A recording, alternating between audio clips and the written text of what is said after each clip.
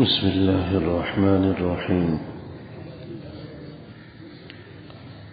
وعن عبد الله بن عمرو رضي الله تعالى عنهما قال قال رسول الله صلى الله عليه وسلم: بلغوا عني ولو آية وحدثوا عن بني إسرائيل ولا حرج، ومن كذب علي متعمدا فليتبوأ مقعده من النار۔ حدیث نمبر 198 ہے۔ یہاں سے جو احادیث مبارکہ شروع ہو رہی ہیں ان کا تعلق علم اور اس کی فضیلت سے متعلق ہے۔ کتاب العلم یہ کہلاتا ہے۔ کتاب یا باب عربی زبان کے اندر احادیث یا کسی مضامین کے مجموعے کو کہا جاتا ہے۔ تو یہ کتاب العلم ہے، یعنی یہاں سے ان احادیث کا مجموعہ شروع ہو رہا ہے جو علم اور اس کی فضیلت سے متعلق ہے۔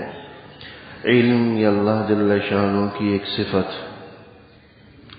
اللہ جل شانہ کی مختلف صفات ہیں جن میں عالم ہونا، قادر ہونا، سمیع ہونا، بصیر ہونا، حکیم ہونا، یہ طرح طرح کی اللہ جل شانہ کی صفات۔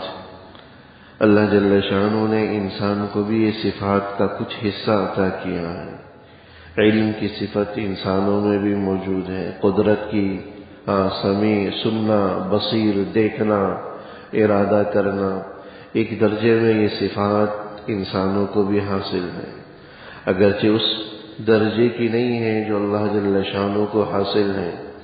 اللہ جل شانہ کا جو علم ہے وہ اللہ کی ذاتی علوم میں سے، صفات میں سے ہے۔ انسان کا علم اس کا اختیاری ہوتا ہے، وہ اپنی محنت سے اس کو حاصل کرتا ہے، جبکہ اللہ جل شانہ کا علم ذاتی ہے۔ ذاتی ہونے کا مطلب بغیر کسی اسباب کے، بغیر کسی توجہ کے اللہ جل شانہ کو یہ علم کی صفت حاصل ہے۔ تمام صفات باری تعالیٰ کی ایسی ہیں جو بغیر کسی قصد اور ارادے کے، بغیر کسی سبب کے حاصل ہیں۔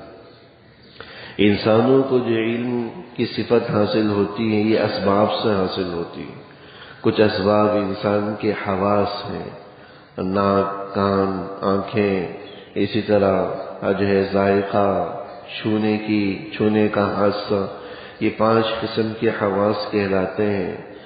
ایک حادثہ باصرہ کہلاتا ہے، دیکھنے کی۔ کچھ علوم انسان دیکھ کر حاصل کرتا ہے، کچھ سن کر، کچھ بول کر، کچھ چکھ کر، کچھ کو چھو کر حاصل کرتا۔ تو انسان کا جو علم ہوتا ہے وہ اس کے اسباب سے حاصل ہوتا ہے۔ اسی طرح کچھ علوم وہ ہوتے ہیں جو انسان اپنی عقل سے حاصل کرتا ہے، توجہ، محنت، دھیان، ارتکاز، ان چیزوں سے حاصل کرتا۔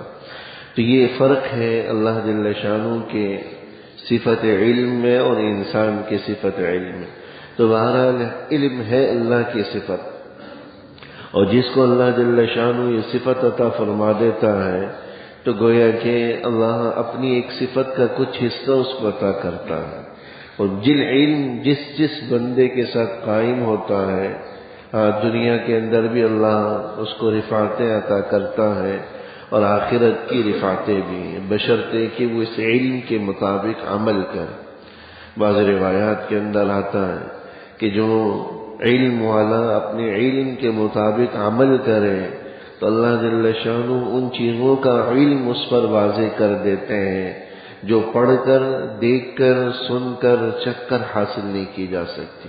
خاص علم اللہ جل شانہ اس پر واضح کر دیتے ہیں جو اسباب سے حاصل نہیں کیا جا سکتا، اور اللہ جل شانہ کی طرف سے من جانب اللہ اس کو عطا کیا جاتا۔ تو علم سے مراد کتاب اللہ اور سنت رسول اللہ کا علم ہوتا ہے۔ علم سے مراد کتاب اللہ اور سنت رسول اللہ کا علم ہوتا ہے۔ احادیث کے اندر، قرآن کے اندر جہاں بھی علم کا لفظ بولا گیا تو اس سے مراد قرآن کریم کا علم ہے یا سنت رسول اللہ کا علم ہے۔ اس کے علاوہ جتنا بھی دنیاوی علوم یا عصری علوم جن کو ہم کہتے ہیں، یہ بنیادی طور پر علوم کے بجائے فنون کہلاتے ہیں۔ فنون، فن ایک آرٹ ہے، ایک جو ہے طریقہ کار ہے جو انسان کو سکھلایا جاتا ہے، اس کی بھی اپنی جگہ حیثیت ہے اگر انسان اس کو اچھی نیت کے ساتھ حاصل کرے۔ ایک ڈاکٹر، طبیب، معالج، طب کا علم حاصل کرنے والا اگر اس نیت سے حاصل کرے کہ میں اس سے انسانیت کی خدمت کروں گا تو بھی اجر و ثواب کا باعث۔ انجینئر ہے، اس کا علم حاصل کرتا ہے، اس نیت سے حاصل کرے کہ میں انسانیت کو نفع پہنچاؤں گا، لوگوں کی راحت کے لیے کام کروں گا۔ فقط مال کمانا مقصود نہ ہو، دنیا ہی مقصود نہ ہو، دنیا ہی مطمح نظر نہ ہو، تو وہ علم بھی اجر و ثواب کا باعث، وہ علم بھی اجر و ثواب کا باعث۔ یہی حال کتاب اللہ اور سنت رسول اللہ کے علم کا ہے۔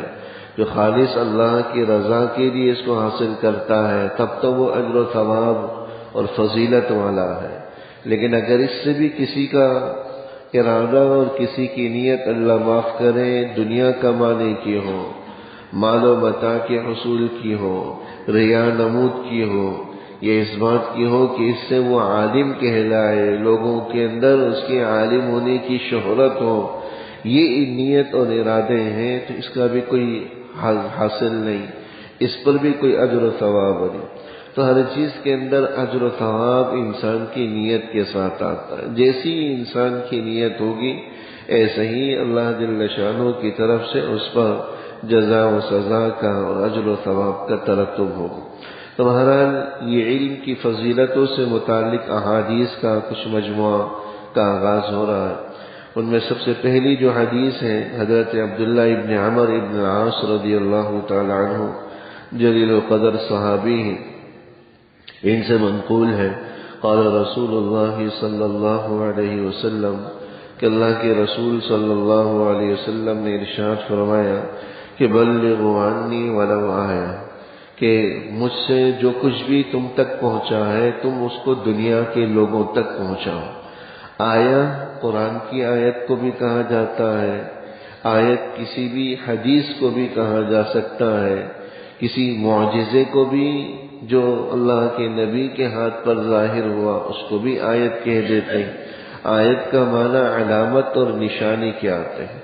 قرآنی آیات کو بھی آیت اس لیے کہا جاتا ہے کہ اللہ کی ذات پر ایک علامت ہوتی ہے، اللہ کی ذات کی طرف دلالت کرنے والی ہوتی ہے، رہنمائی کرنے والی ہوتی ہے، اس لیے قرآنی آیت کو آیت کہا جاتا ہے۔ تو یہ آیت سے قرآنی آیت بھی مراد ہو سکتی ہے، احادیث مبارکہ بھی، معجزات بھی، حضور علیہ الصلوۃ والسلام کا ہر قسم کا قول، فعل، آپ کی صورت، سیرت، ہر چیز اس مفہوم کے تحت، آیت کے مفہوم کے تحت داخل ہے۔ تو اللہ کے نبی صلی اللہ علیہ وسلم نے پہلا حکم جو ارشاد فرمایا وہ یہی تھا کہ بلغوا عنی ولو آیا، کہ جو کچھ تم نے مجھ سے سیکھا ہے اس کو لوگوں تک پہنچاؤ۔ تو یہ علم کی، حصول علم کی ایک ذمہ داری ہے، انسان جو کچھ حاصل کرتا ہے اس کو دوسروں تک پہنچانے کی کوشش کرے۔ اگر اس کو دوسروں تک نہیں پہنچاتا تو وہ علم ہو سکتا ہے اس کی ذات میں تو مفید ہو، لیکن اس کا نفع یا اس کی خوشبوئیں دوسروں تک نہیں پہنچ سکتی، اس کی مہک سے دوسرے لوگ اس وقت تلذذ حاصل کریں گے جب تک اس کا علم دوسروں کو نفع پہنچاتا رہے گا۔ دوسری بات جو اس حدیث کے اندر بیان کی گئی، وَحَدِّثُوا عَن بَنِي إِسْرَائِيلَ وَلَا حَرَجَ، کہ بنی اسرائیل کے جو واقعات ہیں ان کو تم بیان کر سکتے ہو۔ بنی اسرائیل سے مراد پچھلی امتوں کے حالات ہیں، پچھلے انبیاء کرام علیہ السلام کے حالات۔ اسرائیل در حقیقت حضرت یعقوب علیہ السلام کا نام تھا، یہ عبرانی زبان کا لفظ ہے۔ اسرا یہ عبد کے معنی میں آتا ہے، اور ایل اللہ جل شانہ کے کا نام کا معنی دیتا ہے، جیسے کہ انگریزی کے اندر گاڈ بول دیتے ہیں، ایسے عبرانی زبان کے اندر ایل اللہ جل شانہ کو کہا جاتا ہے۔ تو اسرائیل کا معنی وہی ہے جو عربی کے اندر عبداللہ کا معنی ہے، یعنی اللہ کا بندہ۔ تو حضرت یعقوب علیہ السلام کا یہ نام تھا۔ ان کی نسل کو یا ان کی نسل میں آنے والے جتنے بھی انبیاء کرام علیہ السلام ہیں ان کو بنو اسرائیل کہا جاتا ہے۔ ان سے جتنی بھی نسل چلی وہ سب بنو اسرائیل۔ تو پچھلی قومیں حضرت موسیٰ علیہ السلام، حضرت عیسیٰ علیہ السلام، حضرت یوسف علیہ السلام، حضرت داؤد علیہ السلام، یہ ان کی قوموں کے جتنے بھی واقعات ہیں ان کو بیان کرنے کی اجازت دی۔ بعض روایات کے اندر جو پچھلے احادیث کے تحت گزری ہیں کہ بنو اسرائیل سے متعلق جو واقعات ہیں ان کو بیان کرنے سے منع کی، بلکہ ایک دفعہ حضرت عمر رضی اللہ تعالیٰ عنہ توریت کا ایک نسخہ لے کر آئے، حضور کے سامنے پڑھنے لگے تو اپنے ناگواری کا اظہار کیے، منع کیے ان کو، لیکن یہاں بیان کرنے کی اجازت دی جا رہی۔ علماء فرماتے ہیں کہ اس سے مراد صرف واقعات ہیں، قصے ہیں، جو عبرت آموز واقعات اور قصے جو پچھلی قوموں سے متعلق ہیں ان کو بیان کرنے میں کوئی مذائقہ نہیں، لیکن مسئلے مسائل ایسی باتیں جن کا تعلق احکام کے ساتھ ہو، شریعت کے ساتھ ہو، ان کو بیان کرنے کی اجازت نہیں۔ تو عبرت آموز واقعات کے بیان کرنے میں کوئی حرج نہیں۔ اسی کو بیان کیا کہ وحدثوا عن بنی اسرائیل ولا حرج، کہ پچھلی قوموں سے متعلق واقعات اور قصص کو آپ بیان کر سکتے ہیں، اس میں کوئی حرج کی بات نہیں۔ ومن کذب، تیسری بات بیان کی گئی کہ ومن کذب علی متعمدا فلیتبوأ مقعدہ من النار، کہ جو کوئی شخص جان بوجھ کر میری طرف کسی غلط بات کو منسوب کرے، کوئی ایسی حدیث بیان کرے جو میری حدیث نہ ہو اور میری حدیث کہہ کر لوگوں کو بیان کرتا ہو، فَلْيَتَبَوَّأْ مَقْعَدَهُ مِنَ النَّارِ، تو اپنا ٹھکانہ وہ جہنم میں بنا دو۔ یہ بڑی سخت وعید ہے ان لوگوں کے لیے جو احادیث مبارکہ کو بیان کرتے ہیں بغیر تحقیق کے، بغیر اس کے بارے میں معلومات لیے ہوئے، حدیث کے نام پر بیان کر دیں۔ اب اگر جانتے بوجھتے کسی چیز کے بارے میں پتہ ہے کہ یہ حدیث نہیں ہے لیکن جانتے بوجھتے اس کو حدیث کہہ دیا تو یہ تو ایسا سخت گناہ ہے کہ حدیث میں فرمایا کہ وہ اپنا ٹھکانہ جہنم میں بنا دے۔ بعض علماء تو کہتے تھے کہ ایسا آدمی تو ایمان سے ہی خارج ہو جاتا، جس کو ہم حدیث گڑنا کہتے۔ کچھ لوگ ہوتے ہیں جو کوئی اچھی بات نظر آ جائے اس کو حدیث کے نام پر بیان کر دیتے، اگرچہ اس کا حدیث کے ساتھ کوئی تعلق نہیں۔ تو یاد رکھیے گا کہ ہر اچھی بات حدیث نہیں ہوتی اور نہیں اس کو حدیث کے نام پر بیان کرنا جائز، جب تک کہ مستند طریقے سے کسی کا حدیث ہونا ثابت نہ ہو جائے اس وقت تک اس کو حدیث کے نام پر نشر کرنا، آگے فارورڈ کرنا، آگے اس کو پھیلانا، یہ ایک سنگین جرم ہے جو اللہ معاف کرے انسان کا ٹھکانہ جہنم میں بنانے کے لیے معاون۔ تو حدیث کے باب میں بڑی احتیاط کرنے کی ضرورت ہے۔ امام بخاری رحمہ اللہ جن کا نام ہم سنتے ہیں، اپنی صحیح کے اندر ہزاروں کی تعداد میں حدیثیں انہوں نے جمع کی۔ علماء فرماتے ہیں کہ 5 لاکھ حدیثوں میں سے انہوں نے یہ حدیثیں منتخب کی جو صحیح بخاری کے اندر ہیں، غالباً جن کی تعداد 6000 سے کچھ اوپر ہے۔ اور ہر حدیث لکھنے سے پہلے وہ غسل کرتے تھے، 2 رکعت نماز پڑھتے تھے، پھر اللہ جل شانہ کی بارگاہ میں دعا کرتے تھے، اس دعا کرنے کے بعد اس حدیث کو اپنی کتاب میں درج کرتے تھے۔ 5 لاکھ حدیثوں میں سے یہ حدیثیں انہوں نے منتخب کی ہیں۔ ہر حدیث کو لکھنے سے پہلے 2 رکعت نماز پڑھتے، اللہ سے دعا کرتے، اس سے بھی پہلے غسل کرتے، پھر وہ حدیث درج کیا کرتے۔ اتنا اہتمام ان کی زندگیوں میں تھا، اور ہم آئے روز موبائلوں کے ذریعے حدیث کے نام پر طرح طرح کی چیزیں میسج کر رہے ہوتے ہیں۔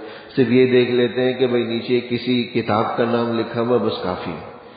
اگر واقعتاً اس کتاب کے اندر وہ حدیث موجود بھی ہے یا نہیں ہے اس کی ہمیں تحقیق کچھ نہیں ہوتی۔ تو یہ ذہن میں رکھ لیجئے گا کہ بات اگرچہ کتنی درست ہی کیوں نہ ہو لیکن ہر اچھی بات درست بات حدیث نہیں ہوتی۔ حدیث کو بیان کرنے سے پہلے اس کا واقعتاً حدیث ہونا یہ جانچنا معلوم کرنا ضروری ہے پھر کہیں جا کر اس کو حدیث کے نام پر بیان کیا جا سکتا ہے، ورنہ معاملہ انسان کا خطرناک ہو سکتا ہے۔ اللہ جل شانہ عمل کرنے کی توفیق نصیب کرے۔